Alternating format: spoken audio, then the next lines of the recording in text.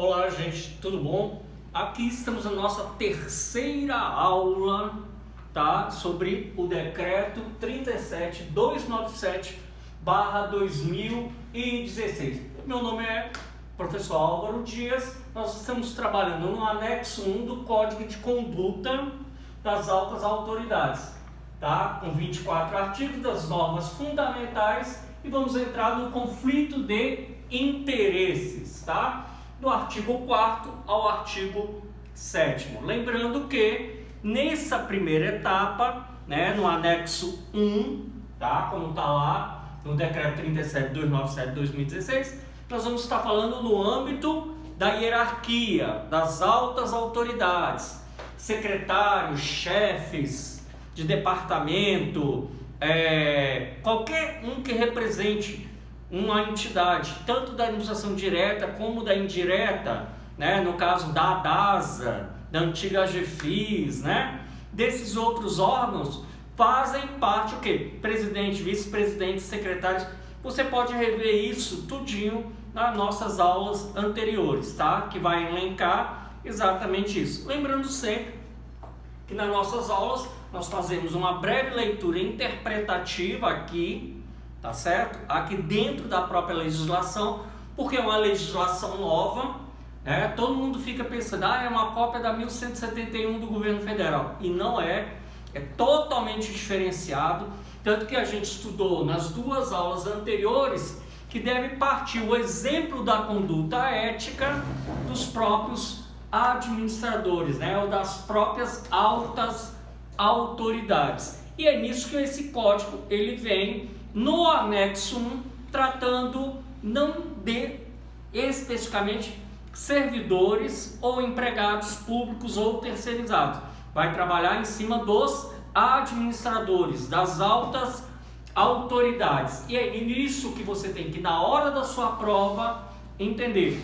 Porque uma alta autoridade, ela pode ser tanto servidor de carreira, empregado público, como pode ser o quê? Um profissional liberal, né? Um empresário, alguém que tenha outra atividade e que venha agregar ou melhorar o quê? A administração do GDF. Lembrando sempre que ele deve se pautar pela moralidade, pela conduta, e no próprio código, como a gente já viu, né, de conduta, diz o quê? Que ele tem que respeitar isso e fazer com que a população visualize isso e respeite as tomadas decisórias do governo do Distrito Federal, pautando sempre que é para o bem geral da população, né? Para que todos possam usufruir das benesses. Então, gente, conflito de interesses.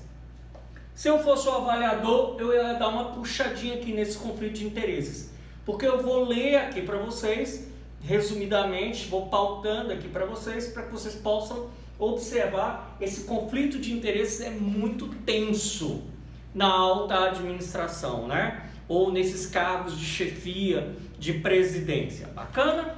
Então, gente, no final, o professor Ronilson vai estar dando uma palavrinha aí para vocês de como vocês podem adquirir nossos materiais atualizadíssimos e os eventos que vão ocorrer até a véspera do certame, aqui no curso Professor Ronilson Mendes, em Taguatinga Centro.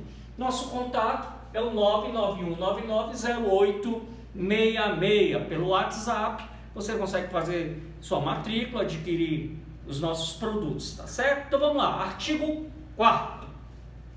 Configura conflito de interesse e conduta antiética, dentre outros comportamentos. Então, gente, de tudo aqui agora que eu vou falar do artigo 4º, é que fazendo isso é conduta antiética, quer dizer, não é conduta a ser seguida, tá certo? Lembrando sempre, como já falei nas aulas anteriores, que o código de conduta, os códigos de éticas, eles são o quê? Um balizador de tomada de decisões. Então ele vai no inciso 1, configura conflito de interesse e conduta antiética, dentre outros comportamentos, um investimento em bens cujo valor ou cotação possa ser afetado por decisão política governamental, a respeito do qual a autoridade pública tem informações privilegiadas em razão do cargo ou função. Gente, tranquilo, né? É aquela velha história, vai ter uma licitação para compra de merenda escolar. A autoridade está sabendo qual vai ser a licitação, está sabendo quantos produtos vão comprar, e o que ele faz? Ele sabe que o mercado que ele é dono ou da rede que ele participa como sócio pode ter lucro. Então uma empresa ou uma rede que compraria 1.000 sacos de arroz passa a comprar 10.000 para que ele possa o quê? Ganhar nessa licitação. Então não pode ocorrer isso entre os administradores, tá certo? Ter investimento em bens. Lá na frente ele vai falar em commodities, né? Que é uma coisa bem clássica. 2. Custeio de despesas por particulares da forma de influenciar nas decisões administrativas. Vou dar aqui a coisa simples, né? O cara é secretário de educação e o filho dele estuda de graça num colégio, né? Num colégio que está tentando o quê? Conseguir uma aprovação de um EAD, de um segundo grau, um antigo segundo grau, ensino médio, quer dizer, ele vai se utilizar disso. Então há conflito de interesse, sim. Eu não posso empregar meu filho numa empresa que de repente presta serviços ao GDF.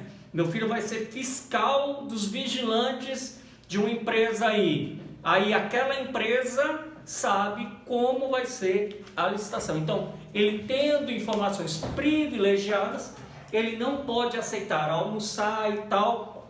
A gente vai ver lá na frente que ele pode até aceitar, desde que informado previamente. Mas ele já sabe que isso pode gerar conflito de interesse. Conflito de interesses é muito delicado. Sempre sabendo o quê? Que ele não pode receber nada a não ser o quê? A remuneração paga pelo governo do Distrito Federal. Mas lá na frente a gente vai ver que sempre tem uma exceção. No artigo 5º, o relacionamento com outros órgãos, a entidade da administração, as autoridades públicas devem esclarecer a existência de eventual conflito de interesses e comunicar quaisquer circunstâncias ou fato impeditivo de sua participação em decisão coletiva ou em órgão colegiado. Tá? Vamos ver, dá uma ideia aqui. Vai se asfaltar uma cidade, o Itapuã, vai terminar o asfaltamento do Itapuã, né? O administrador sabe que ele faz parte de uma empresa que faz serviço de terraplanagem. Então, na hora que se monta as comissões, ele vai informar, olha, eu tenho cotas ou minha família é dona de uma empresa de terraplanagem. Então eu prefiro não participar dessas discussões, tá certo? Tudo na teoria é uma maravilha, mas tecnicamente ele não poderia o quê? Participar sequer de comissões que tratariam sobre tal assunto. Mesmo às vezes o órgão que ele pertença, né, seja importante no processo, porque na verdade o que ele faz? Ele se isenta, deixa a tomada de decisões, apresenta o plano técnico e não participa dessas reuniões. É aí que está, né, a ideia dessa questão do interesse público, né? Quer dizer, eu tenho interesse, minha empresa, ou eu tenho uma empresa de terraplanagem, ou minha família tem, de asfaltar o Itapuã. O quanto mais rápido, melhor. Mas diz que isso é uma conduta antiética. Apesar da obra, né, priorizar o bem comum, o administrador vai se tornar pessoa não idônea, né, durante a proposta. Artigo 6º é um artigo legal, né? Um artigo legal, mas um artigo complicado. As propostas de trabalho ou de negócio futuro no setor privado, olha só, gente, de negócio futuro ou no setor privado, em qualquer negociação que envolva conflito de interesses deve ser imediatamente informados pela autoridade pública distrital à Comissão Geral de Ética Pública, independente da sua aceitação ou rejeição. Vamos lá? Secretário de Segurança Pública do DF está naquela, caio, não caio, caio, não caio, caio, não caio, e uma empresa que presta serviço de segurança em Brasília faz uma proposta para ele: se você cair, você vem trabalhar com a gente aqui. Caso você caia, sabe aquele sugestionamento? Eu estou aqui para te amparar, mas se você não cair, de repente você dá uma força, porque eu ia te dar uma força. Sabe aquelas conversas do cafezinho na Câmara Legislativa? É mais ou menos isso. Ó, tô sabendo que você está sendo fritado pelo governador. Então, caso você caia, ou então sai do governo, eu vou te pagar muito mais. Então ele deve, independente de aceitar ou rejeitar em qualquer período, informar a Comissão Geral de Ética, né, o fato ocorrido, independente se ele aceita ou não. Artigo 7º.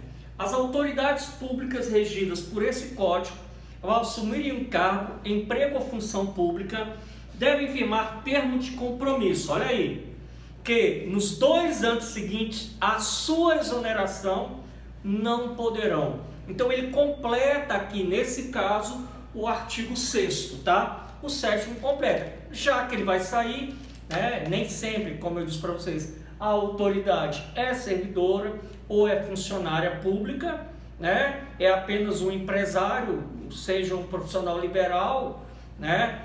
Seja pertencente ao quadro de outro estado da federação, porque pode sim, uma alta autoridade pode ser do quadro de outra unidade da federação.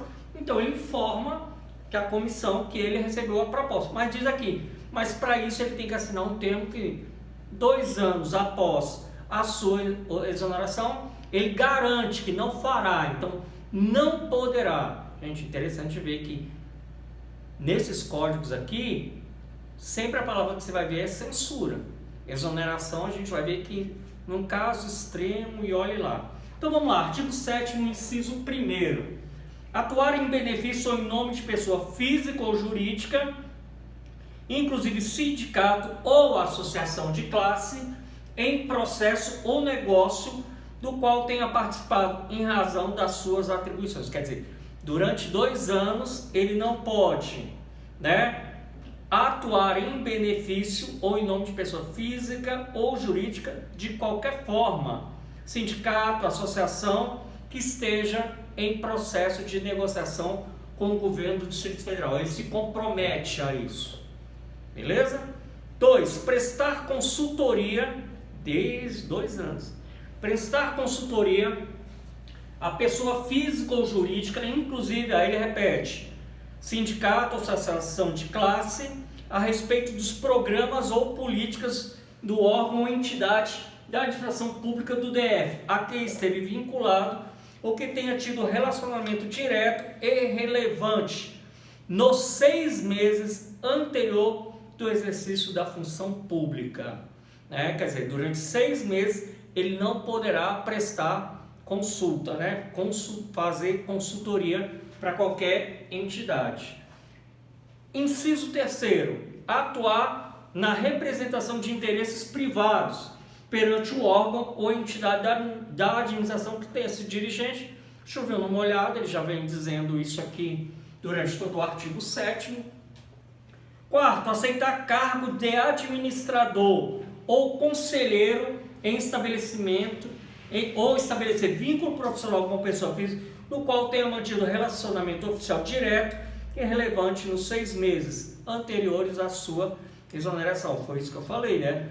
Os secretários e o secretário de Segurança Pública, não tenho nada contra ele não, tá, gente? Só estou falando por falar mesmo. Posso usar o secretário de Saúde, né? Quer dizer, durante os últimos 6 meses ele manteve um contrato no processo licitatório para a compra de camas, né, de macas, né? Então, quando ele sai, ele passa esses 6 meses sem poder prestar, né, ou atuar nessa área, né, aceitando o quê? Um cargo de administrador. Ele saiu e vai para lá. E 5, para a gente encerrar aqui a nossa aulinha de hoje, intervir em benefício ou em nome de pessoa física ou jurídica em órgão ou entidade da administração pública do DF, que tenha tido relacionamento oficial direto e relevante nos 6 meses. Então, ele começa a dizer 2 anos para se desincompatibilizar e depois ele vem regulando dos 6 meses da atividade anterior, seja como administrador, seja como sócio, seja como empregado, com pessoas que nos últimos 6 meses tenham feito parte ou negociações junto ao governo do Distrito Federal. Então, considera-se conflito de interesses aqueles que podem, na administração pública, ter relacionamento direto com empresas privadas, prestadores de serviço junto ao governo do Distrito Federal. Agora, olha que interessante, em nenhum momento ele falou da União, porque quem trata da União, né, com a União as outras entidades, né, quer dizer, os nossos deputados, senadores, né, nosso governador, mas mesmo assim nós podemos ter um senador da República que seja secretário de Segurança Pública. E aí ele cai nessa mesma situação. Bacana, agora eu vou chamar o professor Ronilson Mendes, o mago das legislações. Muito obrigado, professor Álvaro, para vocês. Valeu, tudo bem, professor? Nesse momento aqui, ó, galera, é o seguinte, o que está acontecendo? Tem aqui um material especial que está sendo vendido no Taguatinga. 500 questões comentadas da parte de arqueologia, administração pública e administração financeira orçamentária.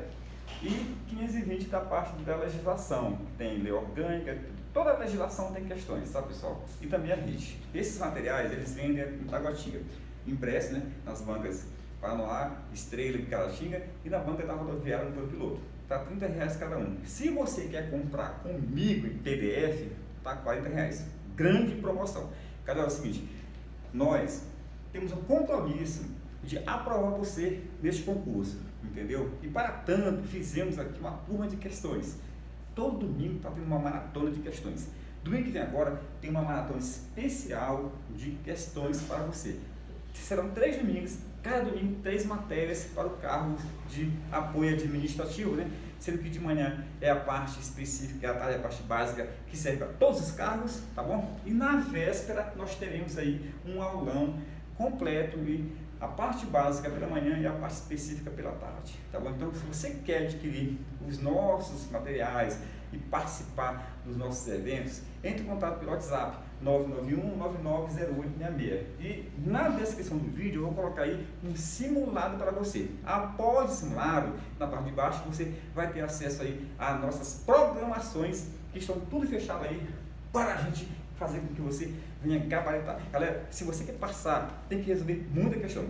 Tira aí uma média de resolver no mínimo 100 questões por dia até a véspera da prova, que você vai conseguir, tá bom? Vamos lá! Muito obrigado, se você tiver gostado, curta, compartilhe, comente esse nosso vídeo agora, tá bom? Tchau!